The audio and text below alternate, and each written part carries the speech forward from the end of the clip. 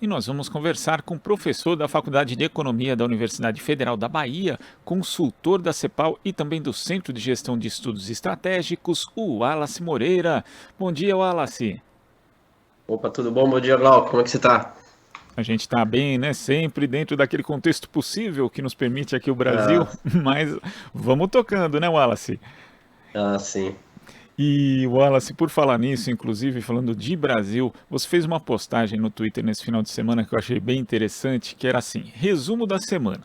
Recordes do governo Guedes-Bolsonaro. Quarta maior taxa de juros do mundo, terceira maior taxa de desemprego do mundo, quarta maior taxa de inflação do mundo e é o primeiro governo em fim de mandato com o salário mínimo perdendo o poder de compra, empobrecendo os trabalhadores. E é importante, às vezes, colocar as coisas nessa perspectiva, Wallace, porque é um cenário que primeiro coloca por terra os argumentos bolsonaristas de que o país foi um dos que melhor lidou com a pandemia. Pelo contrário, é comprovadamente por esses índices um dos piores. Mas também não mostra, Wallace, o equívoco da condução ultraliberal da economia por parte do ministro Paulo Guedes? Eu acho que era um desastre anunciado, tá? Não dá mais para culpar apenas a pandemia, isso é um fato. Na verdade, em plena pandemia já ficava muito em evidência, né, de que a crise ela já tinha indícios de que nós teríamos um dinamismo econômico muito ruim. O primeiro trimestre de 2020, janeiro, fevereiro e março, né, já tinha taxa negativa de crescimento, ou seja, antes mesmo da gente ter os impactos, né, da política de isolamento social necessária para salvar vidas, diga-se de passagem, é importante a gente sempre frisar isso. Se não fosse a atuação dos governos dos estados em promover a política de isolamento social para salvar vidas e tivesse condicionado apenas aos interesses do governo federal, do senhor Jair Bolsonaro, né, o número de mortes, se seguisse também o conselho do seu ministro Paulo Guedes, que era contrário e também era outro negacionista em relação às políticas de isolamento social, o desastre em termos de número de mortes teria sido muito maior, mais do que os mais de 600 mil pessoas que faleceram, que morreram por conta da Covid. Né? Então, veja, o primeiro trimestre do PIB já apontava para uma desaceleração do crescimento econômico. Tivemos um PIBinho, né? Hoje o que a grande imprensa chama de crescimento econômico de 1,8, 1,4. Antes, no governo da ex-presidente Dilma, né, chamava-se de PIBinho, né, já tínhamos um dinamismo muito baixo, e aí veio a crise da Covid com a queda da taxa de crescimento. O ano de 2022, né, o crescimento de 2021, ele tem que ser atribuído uma boa parte à baixa taxa de comparação. Se a gente comparar 2021 com 2020 com a taxa negativa de crescimento, né, é óbvio que a gente teria um dinamismo. E outra, esse dinamismo, já tem estudos que apontam para isso, graças ao auxílio. E um auxílio que o Paulo Guedes e o seu presidente da República, eles eram ao contrário ao valor estabelecido. Né? Quem impôs o valor mais elevado foi o Congresso também. Então, veja, o desastre econômico que nós estamos vivenciando já era prenunciado, já estava dado. Essa agenda que vem desde do Temer, quando o ex-presidente Temer assume o poder através de um golpe, isso está muito claro também, em 2015 e 2016, em que ele assume o poder e implementa a reforma da a reforma trabalhista e o teto de gastos, a economia brasileira é ladeira abaixo, com anos de taxas negativas de crescimento, com o PIBinho, e mais uma vez, este ano de 2022, o Brasil tem umas piores previsões de crescimento entre as principais economias no mundo. Ou seja, veja que a problemática do baixo dinamismo da economia brasileira tem que ser atribuída ao presidente Jair Bolsonaro e ao ministro da Economia. Embora, Glauco, eu acho que é um outro ponto extremamente importante a gente apontar, a grande imprensa ignora a presença, a culpabilidade do senhor ministro Paulo Guedes. Né? A grande imprensa, anteriormente, sempre fazia questão de lembrar do ministro da Economia, do ministro da Fazenda, do presidente do Banco Central. Agora, essa mesma grande imprensa, como apoia essa agenda falida, ela ignora e protege o Paulo Guedes desse desastre que nós estamos vivendo, desse caos econômico, desse caos social, desse caos político, né? Então, é um cenário caótico que tem nome, que tem ator, que tem responsável, que se chama Paulo Guedes e o presidente Jair Bolsonaro. O Brasil tem as maiores taxas de desemprego entre os principais países do mundo, o Brasil está com as maiores taxas de juros do mundo e o Brasil tem, né, entre uma das principais inflações do mundo, principalmente em decorrência da política de preço da Petrobras, de transferir renda, de transferir lucro para acionista, para uma minoria. 44% dos acionistas da Petrobras são estrangeiros, é bom que a população tenha clareza disso. E 22% brasileiros, apenas 36% pertencem ao governo.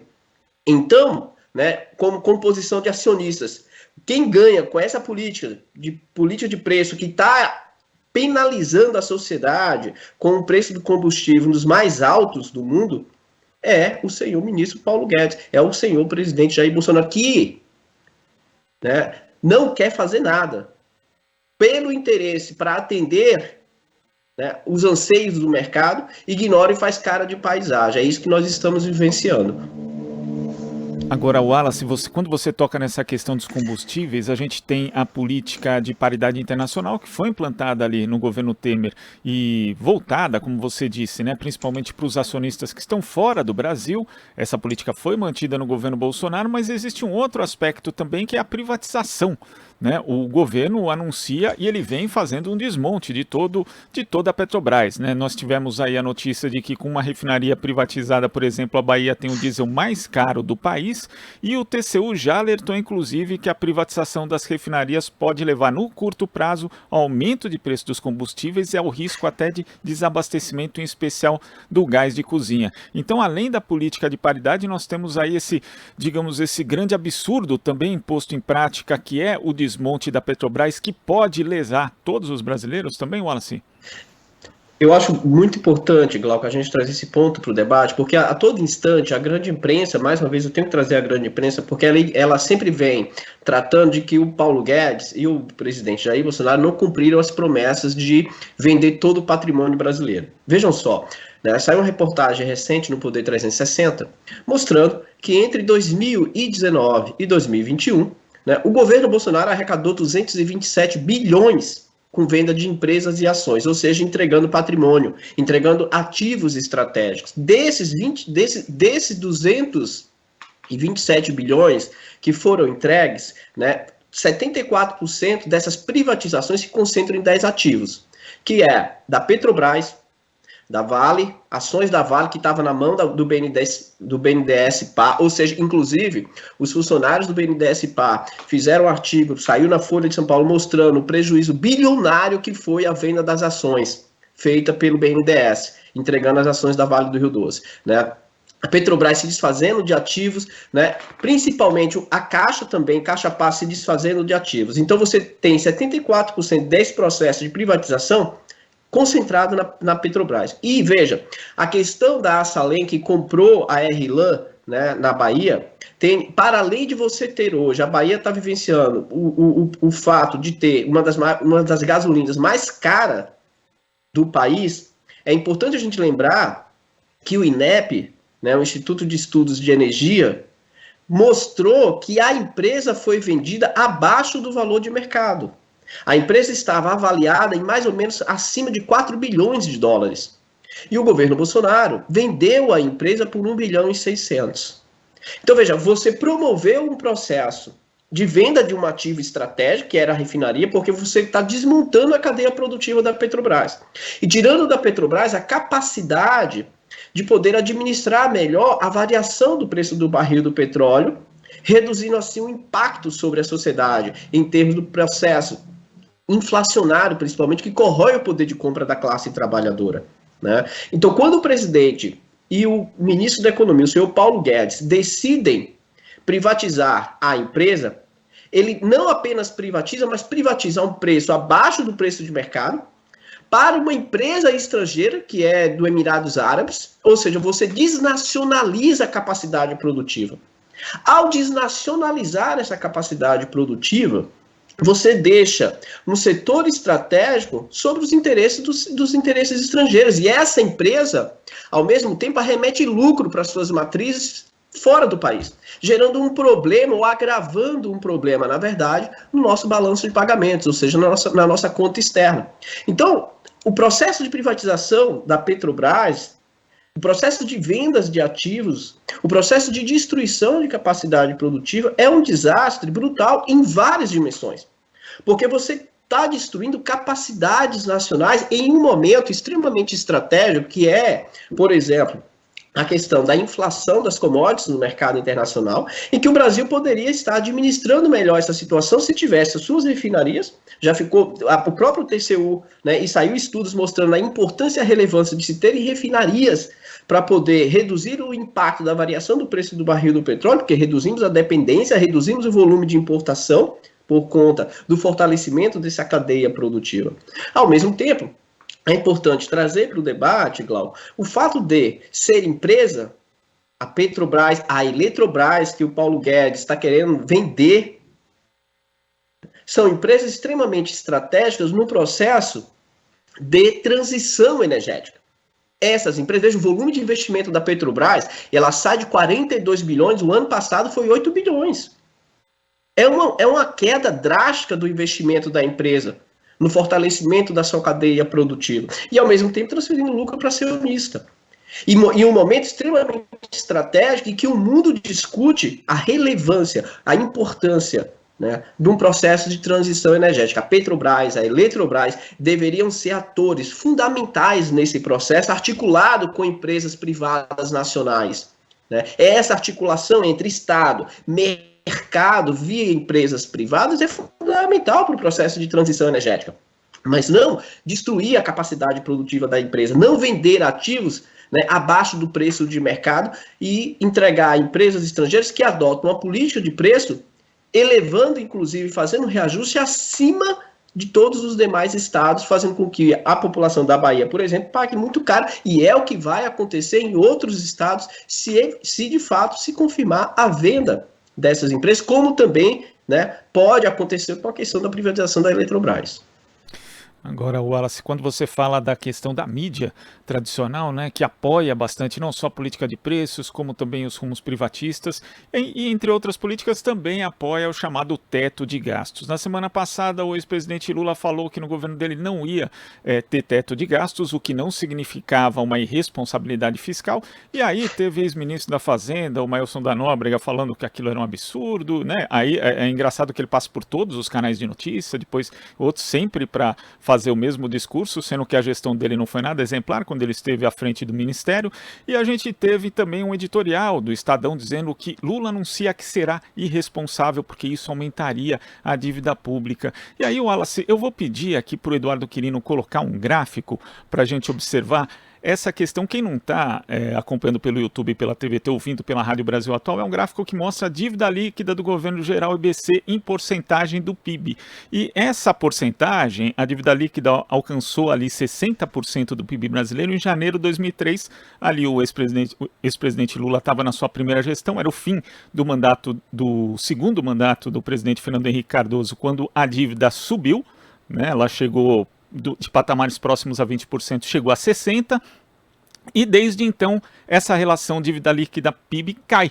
E ela chega em janeiro de 2016 ali aos patamares de 30%, ou seja, ela é reduzida pela metade. E depois ela volta a subir. Já com a lei do teto, ela continua subindo até chegar de novo ao patamar de 60%. Então, Wallace, isso também não mostra que a tal lei do teto, na verdade, ela não ajuda em nada, mesmo para essa questão da relação dívida-PIB, já que o PIB simplesmente não cresce, a gente tem os juros subindo bastante, o que também aumenta a dívida?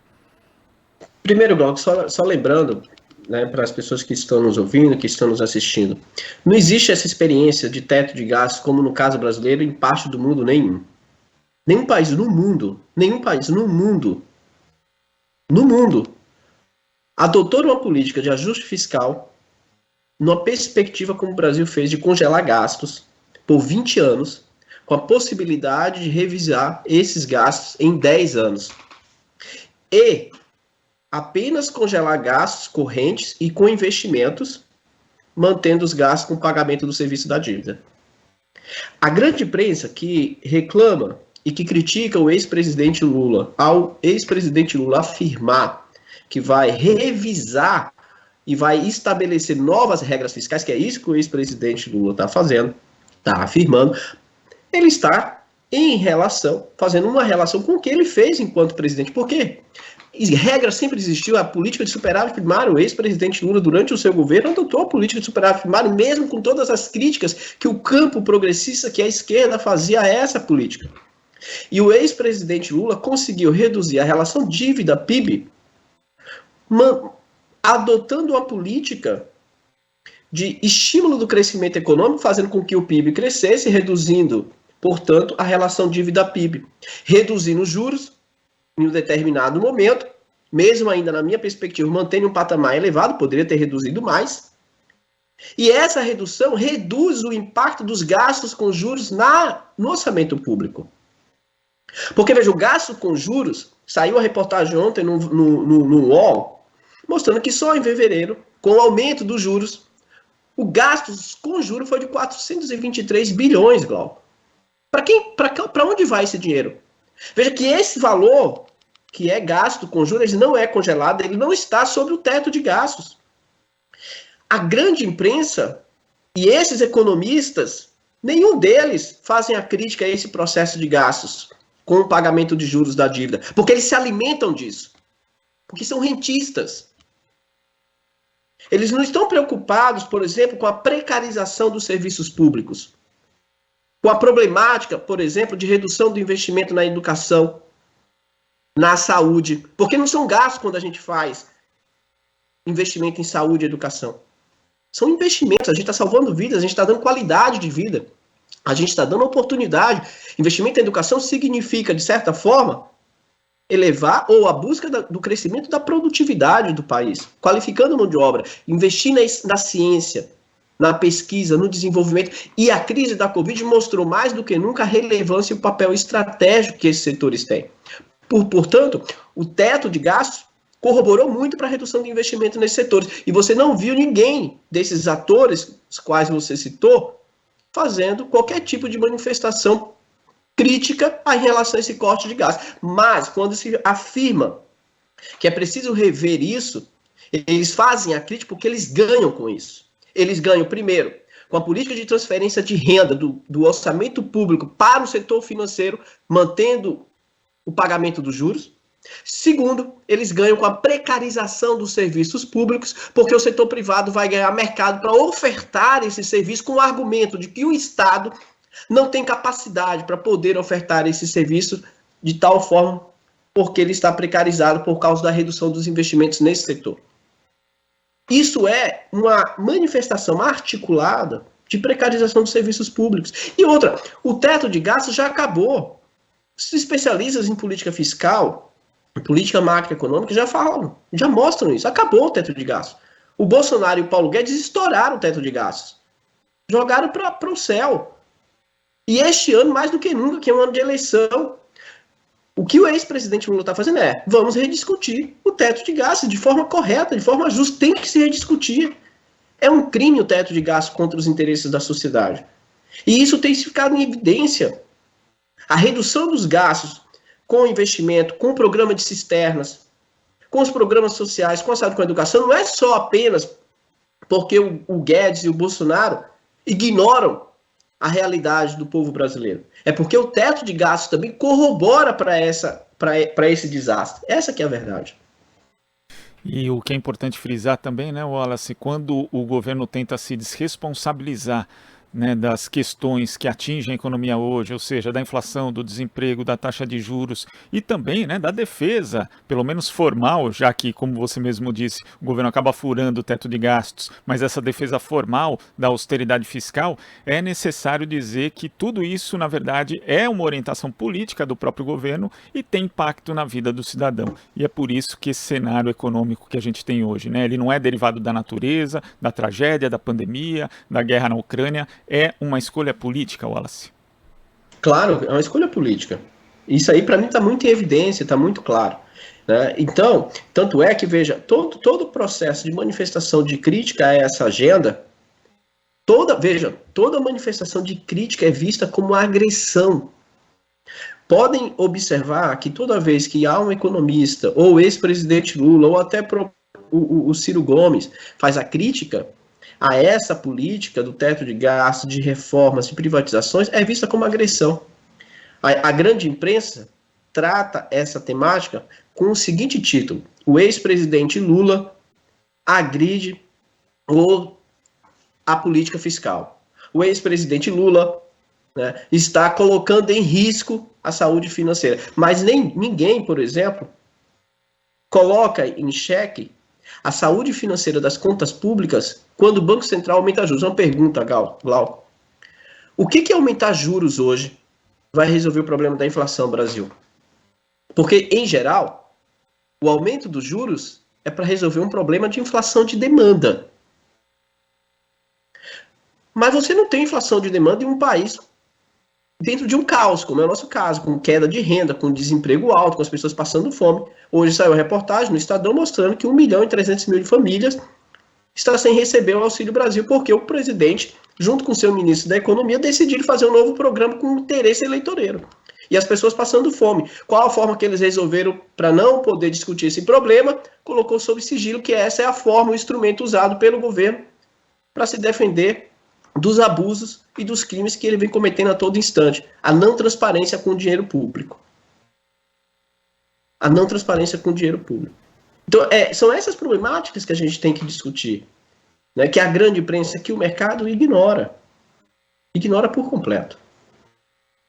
Wallace, queria agradecer demais as suas explicações, a sua análise aqui no Jornal Brasil Atual. O Wallace, o pessoal não estranhe, né? Porque ali no fundo tá noite, ele tá na Coreia noite. Do Sul. O Wallace, além de professor da Federal da Bahia, também é professor visitante da Universidade Nacional de Seul, na Coreia. Wallace, muito obrigado pela sua participação no Jornal Brasil Atual de hoje. Até a próxima. Até a próxima. Eu que agradeço pelo convite. Um abraço a todos que nos estão ouvindo, nos assistindo, que tenham uma boa semana para todo mundo. Abraço, boa semana. Conversamos aqui com o professor da Universidade Federal da Bahia, também professor visitante da Universidade Nacional de Seul, na Coreia do Sul, o Wallace Moreira. Você está ouvindo Jornal Brasil Atual. As notícias que os outros não dão.